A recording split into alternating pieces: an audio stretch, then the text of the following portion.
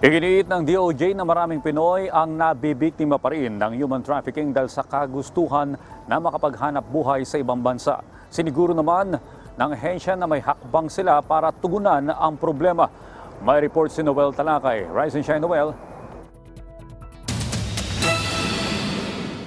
The international nature or the cross-boundary or trans-boundary nature of the crime is something that we really look into. No? And we engage with our counterparts from the different countries.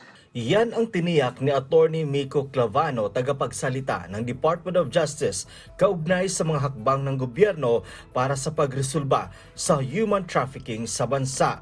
Nakikipagpulong na ang bansa sa mga Asian partners nito at sa ibang bansa na tinuturing hotspot para sa trafficking.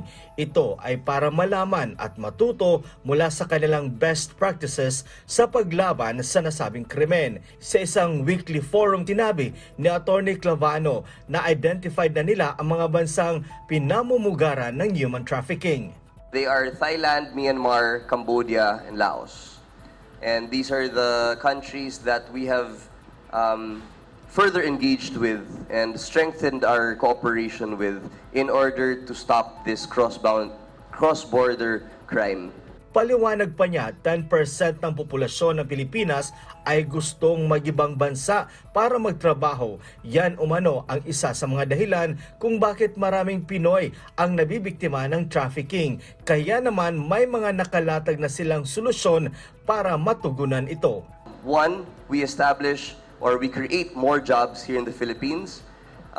Number two, we try as much as possible to limit those opportunities for human trafficking, and one of those are addressed by the 2023 guidelines.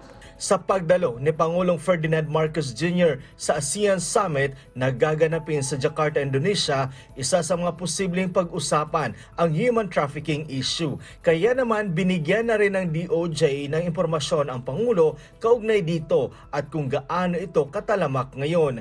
Noel Talakay para sa Morning Show ng Bayan, Rise and Shine, Pilipinas.